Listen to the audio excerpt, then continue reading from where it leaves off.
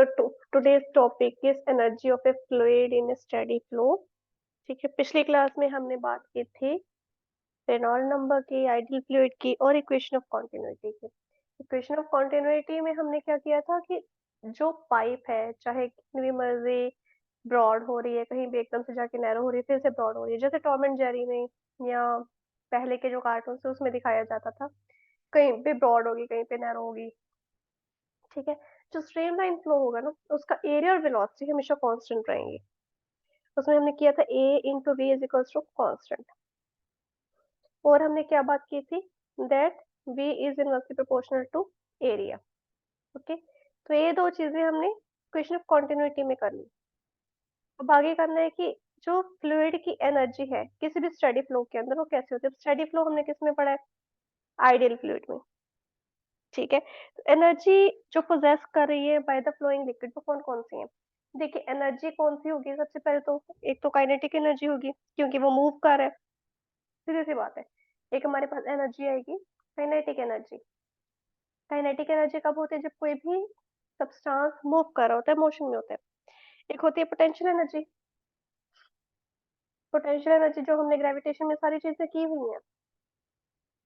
Potential energy क्या है, energy possessed by the liquid due to its position, उसकी जो पोजीशन के अकॉर्डिंग या अबव द अर्थ सरफेस उसके अकॉर्डिंग उसकी पोटेंशियल एनर्जी कितनी आ रही है, लिक्विड की पोटेंशियल एनर्जी हम लेंगे इसमें। तीसरी हमारे पास इसमें प्रेशर एनर्जी आएगी जो कि डिफरेंट कॉन्सेप्ट है। प्रेशर एनर्जी हमने अभी तक नहीं पढ़ा। ठीक है, अब तक हमने प्रीवियस जितने भी चैप्टर्स किए काइनेटिक एनर्जी और पोटेंशियल एनर्जी पढ़ते आ रहे हैं, बट वो किसके पढ़ते थे हम, सॉलिड की, सॉलिड सब्सटेंसेस के पढ़ी है। अभी हमारा क्या चल रहा है, लिक्विड फ्लूइड डायनामिक्स है ना, मैकेनिकल प्रॉपर्टीज ऑफ फ्लूइड चल रहा है, तो उसमें हम ये दोनों भी पढ़ेंगे और साथ में प्रेशर एनर्जी भी पढ़ेंगे। ठीक है, सबसे पहले कहते हैं काइनेटिक एनर्जी। तो मैं यहाँ पे लाइन लगा देती हूँ ताकि बीच में मिक्स ना हो। ठीक है, प्रेशर एनर्जी के लिए हमें स्पेस ज्यादा होगी चाहिए होगी। चलिए काइनेटिक एनर्जी की बात करें। काइनेटिक एनर्जी होती क्या है, energy possessed by liquid by virtue of its motion, by virtue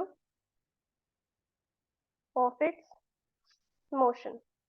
energy possessed by liquid by virtue of its motion, वो कौन सी एनर्जी होगी, काइनेटिक एनर्जी होगी। काइनेटिक एनर्जी को मैं k डॉट ई लिख सकती हूँ which is equals to half M V square, ये हमने अभी तक पढ़ा है, नाइन्थ क्लास से ये चीज पढ़ते आ रहे हैं हम। ठीक है, अब मास जो है लिक्विड का वो एम है, वी लिक्विड की वेलोसिटी है। अगर मैं लूँ, ये तो है काइनेटिक एनर्जी, अगर मैं लूँ kinetic energy per unit mass, यानी पर यूनिट मास मतलब एक यूनिट मास के ऊपर, यानी कि जब मास मेरे पास 1 किलोग्राम होगा तब काइनेटिक एनर्जी क्या आएगी, जब मेरे पास मास 1 किलोग्राम होगा तब काइनेटिक एनर्जी क्या आएगी, हाफ पी स्क्वायर, यही आएगी। तो अगर मैं लूँ, अब देखो, अगर मैं लूँ kinetic energy per unit weight of liquid, kinetic energy per unit weight of liquid, उसको हम क्या कहेंगे, वेलोसिटी हेड। इसका नाम होता है वेलोसिटी हेड। वेलोसिटी हेड क्या होता है, काइनेटिक एनर्जी लेनी है पर यूनिट वेट, यानी कि वेट 1 किलोग्राम होगा। जब वेट 1 किलोग्राम होगा यानी कि वेट क्या होता है, M into G, W is equals to M into G होता है। ठीक है, एम भी मेरे पास 1 यूनिट है, पीछे बचा जी। तो वेलोसिटी हेड की वैल्यू होती है हमारे पास, वेलोसिटी हेड की वैल्यू होती है देखिए वी स्क्वायर अपॉन 2g। ठीक है, यहाँ पे नीचे एम जी आना था, वी स्क्वायर अपॉन 2 के नीचे यहाँ पर एम जी आना था, एम भी 1 है हमने पहले लिया है, यहाँ पे एम वन था यहाँ पे भी मान लेंगे, तो जी रह गया, वो जी इसके साथ मल्टीप्लाई हो गया। ठीक है, बात किसकी हो रही है, एनर्जी ऑफ ए फ्लूइड की बात हो रही है, फ्लूइड की। तो अगर फ्लूइड की बात करेंगे, फ्लूइड में मेरे पास वॉल्यूम तो आएगी आएगी, वेलोसिटी देखिए जब इस कॉस्ट की थी तब हमने वेलोसिटी ग्रेडियंट किया था। काइनेटिक एनर्जी में हम करेंगे velocity head which is equals to V square upon 2g। होता क्या है, kinetic energy per unit weight of liquid, ये वाला स्टेप याद रखो, ये बहुत इंपॉर्टेंट है। वेलोसिटी हेड क्या होता है, kinetic energy per unit weight of liquid, value क्या है वी स्क्वायर अपॉन 2g। और लिक्विड इन या fluid in steady flow, steady flow भी याद रखना है, आइडियल फ्लूइड की कॉन्सेप्ट में जा रहे हैं हम। ठीक है, अब लेंगे क्योंकि फ्लूइड की बात हो रही है तो kinetic energy per unit volume, per unit volume क्या आएगा? Obviously half M V square upon V. अब इसमें मेरे पास मास की तो इनका ही नहीं कि वन ले लो, इनका M V square upon V, M V square upon V. अब देखिए डेंसिटी क्या होता है, मास अपॉन वॉल्यूम, है ना, मास अपॉन वॉल्यूम। मेरे पास मास अपॉन वॉल्यूम ये आ नहीं रहा यहाँ पे, ये मास अपॉन वॉल्यूम ही आ रहा है, इसको मैं कह सकती हूँ हाफ रो वी स्क्वायर या रो वी स्क्वायर अपॉन 2। ये मेरे पास काइनेटिक एनर्जी पर वॉल्यूम हो गया। वॉल्यूम में मेरे पास डेंसिटी आएगी आएगी, सीधी सी बात है, यहाँ से मेरे पास ये कॉन्सेप्ट आ गया। ठीक है, इसको इस तरह से ही आपने स्टेप बाय स्टेप करना है। फिर आता है पोटेंशियल एनर्जी। पोटेंशियल एनर्जी की एनर्जी पोजेस्ड बाय लिक्विड, इसको और पेन से करते हैं। पोटेंशियल एनर्जी हमारे पास क्या होती है, energy possessed by liquid by virtue of its position above the earth's surface, by virtue of its position earth above the earth's surface, उसको हम पोटेंशियल एनर्जी कहते हैं। पोटेंशियल एनर्जी का हमने अब तक क्या फॉर्मूला किया प्रीवियस चैप्टर्स में, एमजीएच। इसके साथ रिलेट करते चलेंगे, जैसे काइनेटिक एनर्जी का किया था M V square, half M V square, इसका है एमजीएच। एच क्या है, height, average height of the liquid from the ground level, ground level से हाइट कितनी है। मान लो मेरे पास झरना है, वो सरफेस पे आके गिर रहा है, तो उसकी पोटेंशियल एनर्जी क्या होगी, काइनेटिक एनर्जी क्या होगी। ठीक है, उसकी हाइट भी तो देखना ना, कितनी ऊंचाई से वो गिर रहा है। एम मास हो गया, जी एक्सेलरेशन ड्यू टू ग्रेविटी होगी। यहाँ पे देखो kinetic energy per unit mass किया था ना, अब करेंगे काइनेटिक एनर्जी, तो potential energy per unit mass of liquid, 1 into ji H, क्या आ जाएगा, जी एच। ठीक है, यहाँ पे क्या किया था, kinetic energy per unit weight of liquid, अब करेंगे potential energy per unit weight of liquid, क्या आएगा ये। यहाँ पर था वेलोसिटी हेड, इसको वेलोसिटी हेड क्यों कहा था, क्योंकि मोशन के साथ रिलेटेड है। Kinetic energy per unit weight of liquid को वेलोसिटी हेड क्यों नाम दिया गया, क्योंकि ये मोशन के रिलेटेड है। अब ये पोटेंशियल एनर्जी किसके रिलेटेड है, हाइट के रिलेटेड, पोजीशन के रिलेटेड, तो इसको पोटेंशियल हेड ही कहेंगे, हाइट या पोजीशन हेड नहीं कहेंगे, पोटेंशियल हेड का नाम देंगे। पोटेंशियल हेड क्या है ये, हाइट लिख दिया, potential energy per unit weight of liquid क्या आएगा, पोटेंशियल हेड। ये पोटेंशियल हेड किसके इक्वल है, पोटेंशियल हेड किसके इक्वल है, मेरे पास mgh, तो जो पोटेंशियल एनर्जी आ गई अपॉन जो उसकी वेट है। ठीक है, तो mg के साथ mg कैंसिल हो जाएगा, अपॉन, और मतलब कि ये सीधा h रह जाएगा। ठीक है, अब हमने निकालना क्या, basically potential energy per unit volume, ये मेरे पास क्या आएगा, mgh upon v। m upon v क्या पड़ा है मेरे पास, डेंसिटी, मेरे पास आ जाएगा रो जी एच। इसका क्या potential energy per unit volume, ये आ गया kinetic energy per unit volume, half rho V square. ठीक है, अब आते हैं प्रेशर एनर्जी पे। प्रेशर एनर्जी में हमने क्या करना है वो देखते हैं।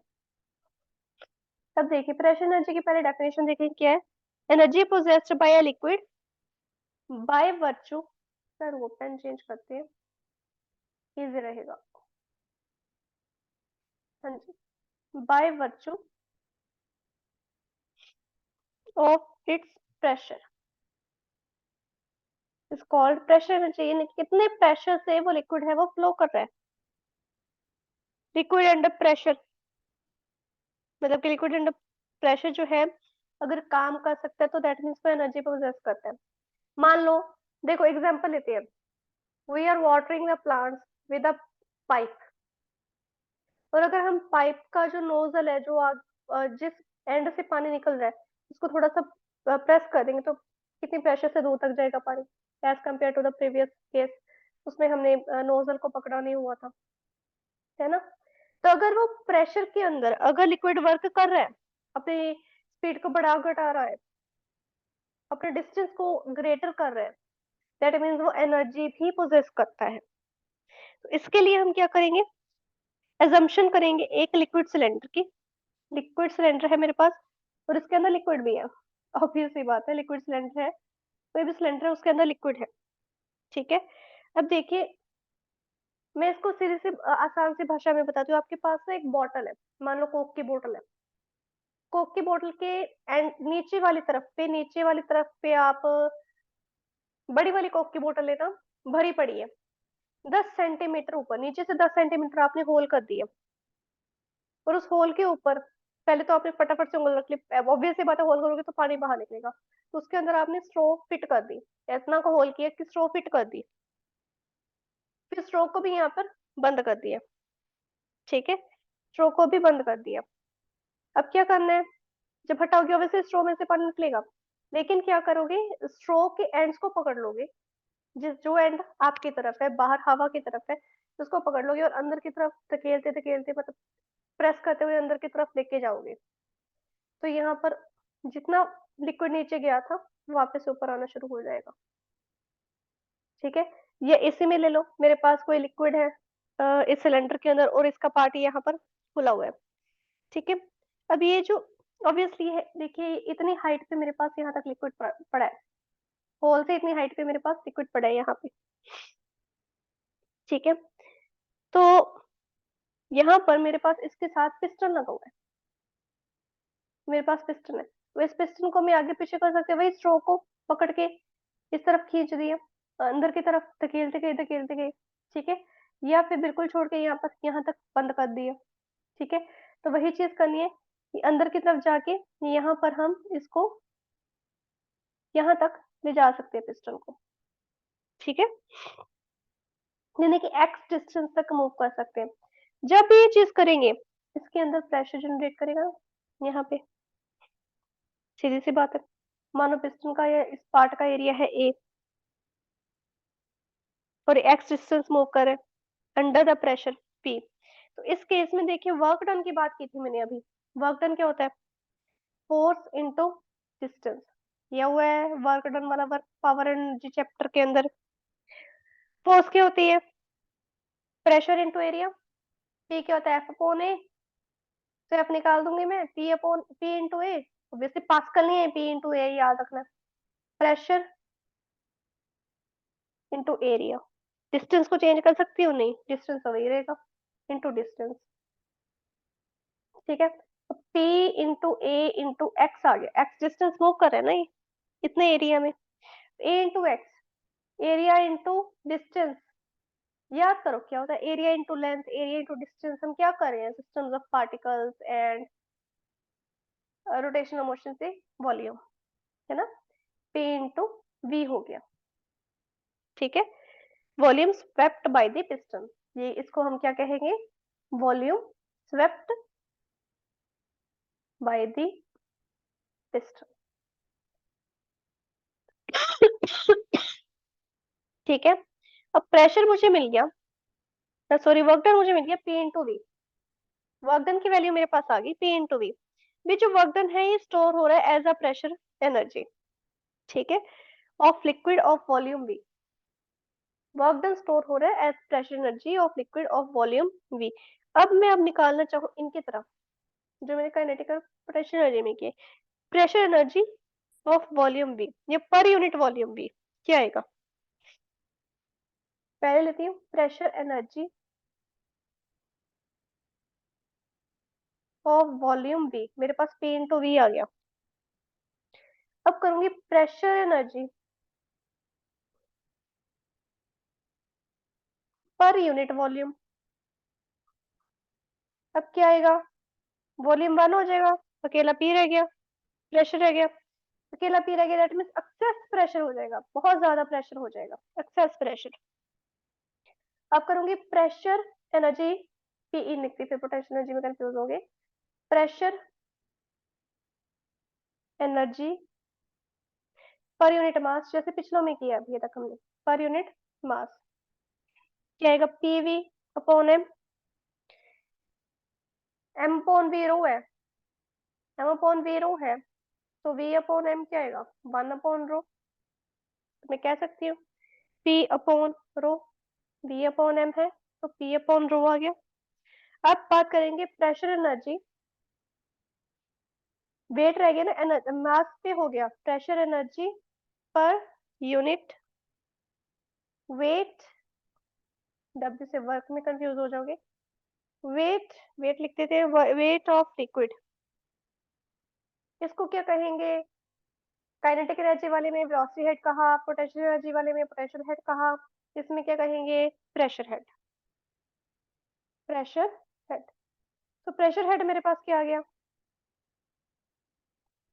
पी अपॉन रो इंटू, क्योंकि वेट की बात हो रही है जी, बस इसको यहीं तक करना है, प्रेशर हेड आ जाएगा पी अपॉन रो इंटू जी, क्योंकि मुझे डेंसिटी चाहिए थी एंड रिजल्ट में, वो इनको वॉल्यूम के साथ करके आई, मेरे तो ऑलरेडी वॉल्यूम के साथ ही रिजल्ट आ गया था, मेरा यहाँ पर बिगिनिंग में ही वॉल्यूम के साथ रिजल्ट आ गया था, इसलिए मैंने आगे वॉल्यूम के साथ करने की जरूरत समझी नहीं। ठीक है, मेरा ऑलरेडी डेंसिटी आ गया, तो प्रेशर हेड मेरे पास आ जाएगा पी अपॉन रो जी। अब आगे आते हैं बहुत ही इंपॉर्टेंट और you can say interesting topic के ऊपर, वो हमारा है बर्नौलीज। इसका स्क्रीनशॉट ले लो जल्दी से, स्क्रीनशॉट ले लो, ऑप्शो ले लिया। चलो आगे करते हैं बर्नौलीज प्रिंसिपल। बर्नौली, अगर स्पेलिंग गलत हुई भाई माफ करना, मेरी स्पेलिंग वीक है।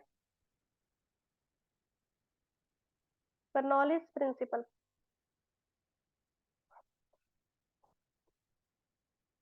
देखो डेनियल बर्नौली हमारे पास स्विस फिजिसिस्ट थे, 1738 में उन्होंने हमें एक रिलेशन दिया, जिसमें उन्होंने प्रेशर ऑफ फ्लूइड स्पीड और हाइट को रिलेट कर दिया था, प्रेशर ऑफ फ्लूइड स्पीड और हाइट को रिलेट कर दिया था, ठीक है, sorry pressure to fluid speed और हाइट को।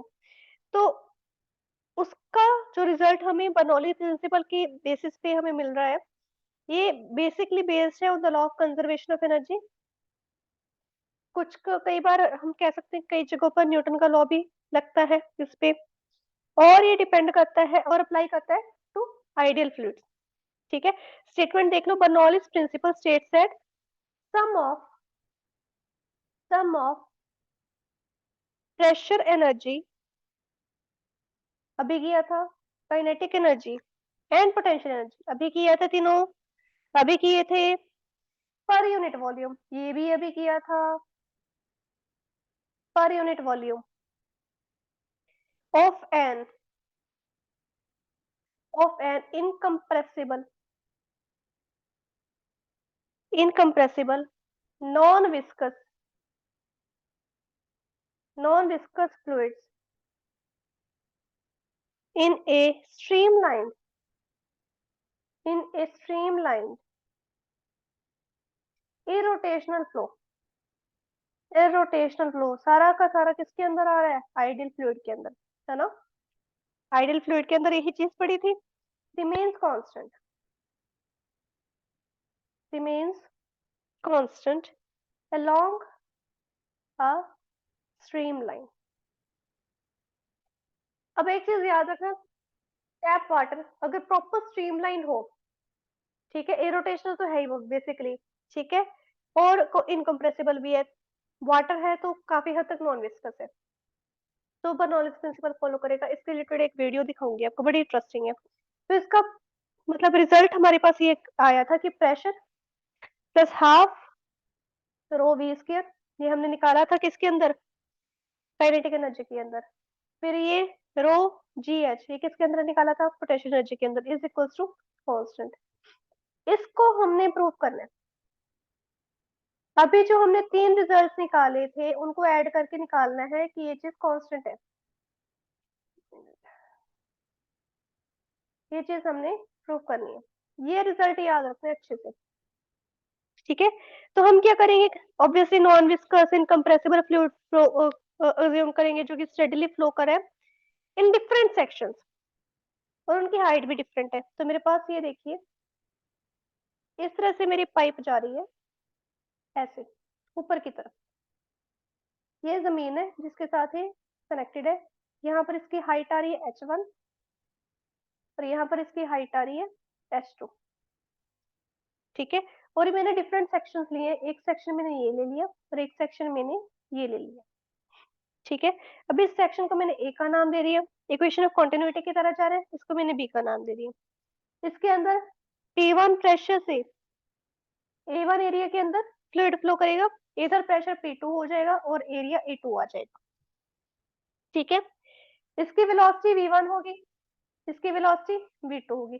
अब ये जो सेक्शन लिया मैंने क्यों लिया, यहाँ से लेके जब यहाँ तक फ्लूइड आएगा, यहाँ से लेकर जब यहाँ तक फ्लूइड आएगा ये डेल्टा टी टाइम में आएगा और यहाँ से लेके यहाँ तक डेल्टा टी टाइम में फ्लो करेगा और उस वक्त इसकी डिस्टेंस हो जाएगा V1 इंटू डेल्टा टी, इसका डिस्टेंस हो जाएगा V2 इंटू डेल्टा टी।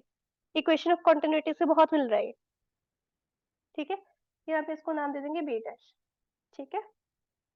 चलिए अब इसको करते हैं।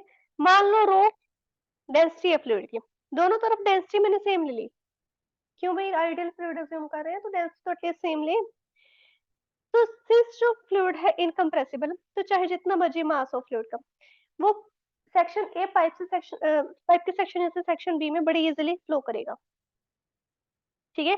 और उस वक्त इसका मास भी इक्वल रहेगा, मास भी नहीं चेंज होगा। तो मास क्या है मेरे पास, वॉल्यूम इनटू डेंसिटी। वॉल्यूम कैसे निकालेंगे, area into length into density. Length क्या होती है मेरे पास, लेंथ क्या है, देखिए अब दोनों सेक्शन पे लेंगे, अगर सेक्शन ए की बात करें तो मेरे पास आएगा A1 V1 डेल्टा टी और इनटू रो। अगर लेंगे सेक्शन दूसरा सेक्शन बी तो मेरे पास आएगा A2 V2 डेल्टा टी रो। अगर मैं देखो मास इसके भी इक्वल है इसके भी इक्वल है तो दोनों को इक्वेट कर देते हैं, V1 डेल्टा टी रो जैसे पिछली बारे में किया था, V2 A2 V2 delta T रो, ये तो कैंसिल ही हो जाएगी।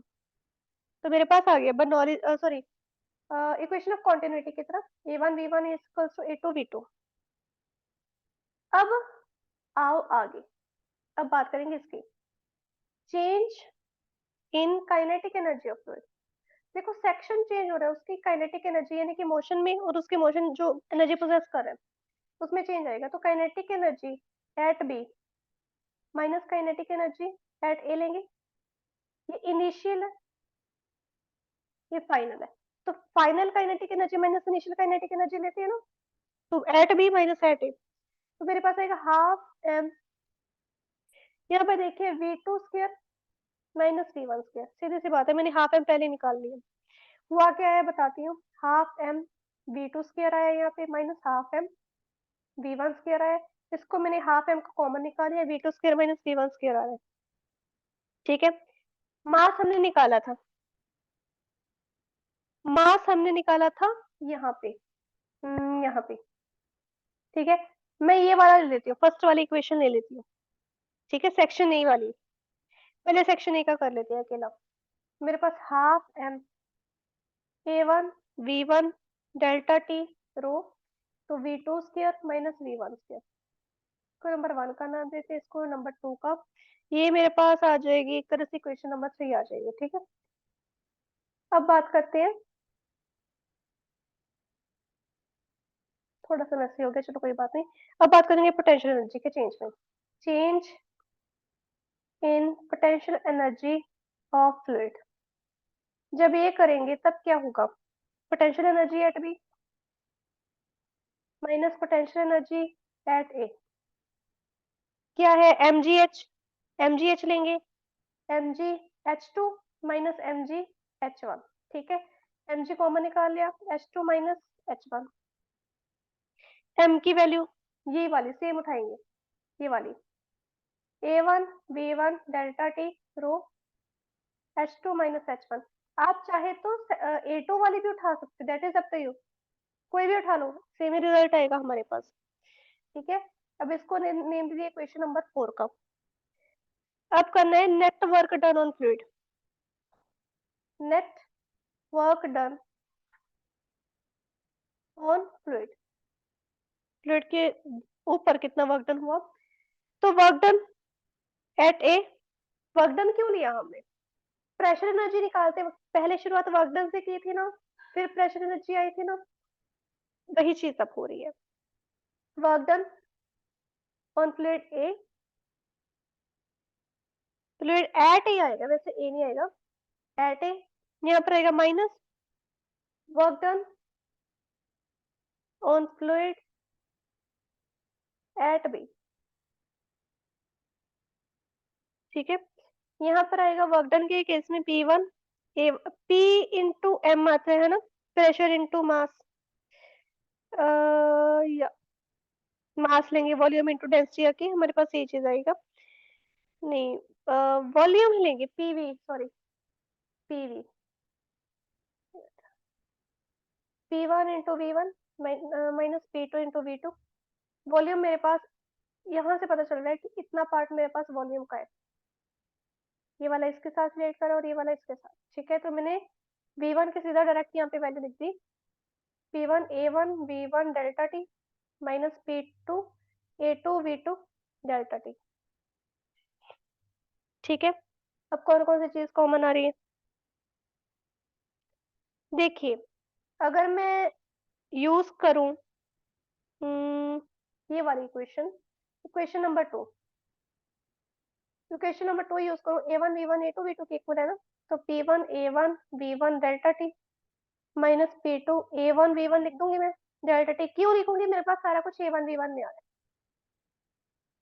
ठीक है, तो ये टर्म मेरे पास आ जाएगी, A1 V1 कॉमन निकल आया, बीच में बचा P1 माइनस P2, एक डेल्टा टी है वो भी बाहर निकाल दो भाई, ये वो इस तरफ निकाल दिया मैंने। ठीक है, कैसे भी कर लो, चाहे आगे कर लो चाहे पीछे कर लो, आपकी मर्जी है। अब आगे आते हैं, अब मेरे पास आगे है, मेरे पास स्पेस कम रहेगी, तो मैं पहले ही ऊपर वाला इरेज कर देती हूँ, स्पेस कम रह जाएगी हमारे पास। रिजल्ट तो हमें पता ही है क्या निकालना है, जो हमने तीनों एनर्जीज निकाली थी उनका सम है और वो कांस्टेंट है। ठीक है, तो मैंने यहाँ तक ये यूज की है space,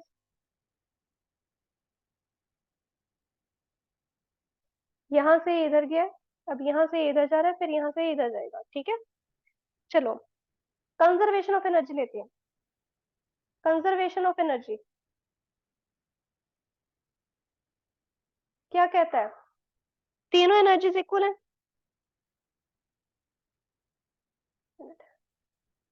change in kinetic energy plus change in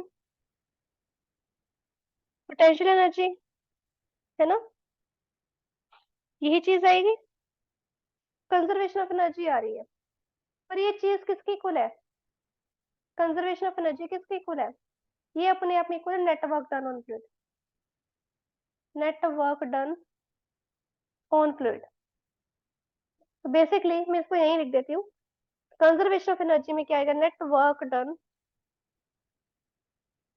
on fluid equals to change in kinetic energy plus change in potential energy, इसके इक्वल आएगा। ठीक है, ये किस, नेट वर्क डन अभी हमने निकाला यहाँ पे, इसको नंबर दे दो नंबर 5, नंबर 5 इक्वेशन की है मेरे पास A1 V1 delta T P1 minus P2। ठीक है, यहाँ पर मेरे पास आ गया चेंज इन काइनेटिक एनर्जी, मेरे पास इक्वेशन नंबर 3 पे पड़े, half A1 V1 delta T rho V2 square minus V1 square. ठीक है, पोटेंशियल एनर्जी इक्वेशन नंबर 4 पे है, A1 V1 डेल्टा टी रो H2 माइनस H1। देखिए, अब अगर मैं A1 V1 delta T common निकालू सभी में से, A1 V1 delta T common निकालते हैं, ठीक है, मेरे पास आ गया हाफ, हाफ नहीं लेंगे, हाफ नहीं लेना, A1 V1 डेल्टा टी और रो कॉमन निकालते हैं, यहाँ पे आ जाएगा half V2 square minus V1 square plus यहाँ पर आ जाएगा H2 माइनस H1। ठीक है, तो चीज आ गई, इधर मेरे पास A1 V1 delta T P2 P1 minus P2, ये तीनों आपस में कैंसिल हो गए, मेरे पास बचा P1 minus P2 equals to rho आ जाएगा यहाँ पे, है ना, रो रो को अंदर मल्टीप्लाई करते हैं। पहले तो हाफ को करेंगे, हाफ v2 स्क्वायर, साथ में ये रो लगा, माइनस हाफ v1 स्क्वायर, साथ में लगा रो, plus h2 rho minus h1 रो। ठीक है, ये चीज आ गई। यहाँ पर मेरे पास है p1 माइनस p2। अब देखिए, अब देखिए, वन वाली टर्म एक तरफ कर लेते हैं, सारी टू वाली टर्म्स एक तरफ। p1 ये रही वन वाली term, plus half v1 square rho plus h1 rho equals to p2 वाले इधर ले जाएंगे। मेरे पास है p2 में p2 plus half v2 square rho plus h2 rho. इससे क्या पता चल रहा है, इनिशियल, ये सारी टर्म क्या है, इनिशियल। इनिशियल पे मेरे पास प्रेशर एनर्जी, काइनेटिक एनर्जी और पोटेंशियल एनर्जी इक्वल आ रही है फाइनल की, दोनों जगह इक्वल है। तो मैं कह सकती हूँ कि जो टोटल पी है, pressure energy plus half rho V square plus rho G H, rho G H, G नहीं लिया मैंने, जी क्यों नहीं लिया यहाँ पे, रो जी, यहाँ पर H two minus H one M G, जी मैंने यहीं पे नहीं लिखा तो यहाँ पे कहाँ से लिखूंगी, तो सब जगह पे यहाँ पे जी आना है, ठीक है, ध्यान रखना। एच वाले में जी कॉमन निकाला हुआ है, मैं भी सोचूं कुछ कमी तो लगी रही है, चलो यहाँ पे जी लिख लो सब जगह पे। ठीक है, ये सारी की सारी टर्म कांस्टेंट आ रही है। ठीक है, आई नो काफी ट्रिकी है, बहुत ट्रिकी है, लेकिन इसको एक दो बार प्रैक्टिस करोगे आपको समझ में आ जाएगा क्या हुआ है। अब इसकी कुछ लिमिटेशंस देखते हैं जल्दी से। जो बर्नौलीज प्रिंसिपल है आइडियली अप्लाई करती है फ्लूइड्स के ऊपर जिसकी विस्कोसिटी जीरो हो, किसके ऊपर अप्लाई करती है, जिसकी विस्कोसिटी जीरो हो, with on fluids with zero viscosity. कुछ गैसेस है, ऑक्सीजन, कार्बन डाइऑक्साइड करती है, ठीक है, और ये वेलोसिटी ड्रैग को नहीं लेते। और जो बर्नौलीज प्रिंसिपल है, इसको अज्यूम किया गया है कि इसके अंदर कोई लॉस ऑफ एनर्जी नहीं होती ड्यू टू फ्रिक्शन, पर इन real life loss of energy होती है। थोड़ा टाइम ये ऐसे करेगा, बट थोड़ा टाइम मतलब बर्नौलीज प्रिंसिपल को फॉलो करेगा फ्लूइड, उसके बाद वो उसके अंदर लॉस ऑफ एनर्जी शुरू हो जाएगी, फिर वो नहीं करेगा। ठीक है, सिर्फ इनकम्प्रेसिबल लिक्विड्स के लिए हमने अभी किया था, आइडियल फ्लूइड लिया है तो इनकम्प्रेसिबल लिक्विड्स के लिए पॉसिबल है, हर एक के लिए पॉसिबल नहीं है, जैसे कि वाटर हो गया। और स्ट्रीमलाइन फ्लो में ये एप्लीकेबल है, मैंने कहा था टैप वाटर कई बार हमें स्ट्रीमलाइन फ्लो देता है, उसकी एक एग्जांपल दिखाऊंगी। फिर बर्नौलीज प्रिंसिपल जो है एंगुलर मोमेंटम ऑफ फ्लूइड को तो काउंट ही नहीं करता, क्योंकि एरोटेशनल ले रहा है, एरोटेशनल है तो फिर एंगुलर मोमेंटम को तो काउंट ही नहीं करना, बट बहुत सारी जगह पे एंगुलर मोमेंटम एक्ट करता है। हर जगह फ्लूइड का फ्लो जो है एरोटेशनल नहीं होता, रोटेशनल ही होता है। ठीक है, अगर फ्लूइड फ्लो टर्बुलेंट है उस पे एप्लीकेबल है, पता ही है स्ट्रीमलाइन पे एप्लीकेबल है। ठीक है, तो अभी एक वीडियो दिखा रही हूँ, ध्यान से देखना, होप सो आपको अच्छी लगेगी।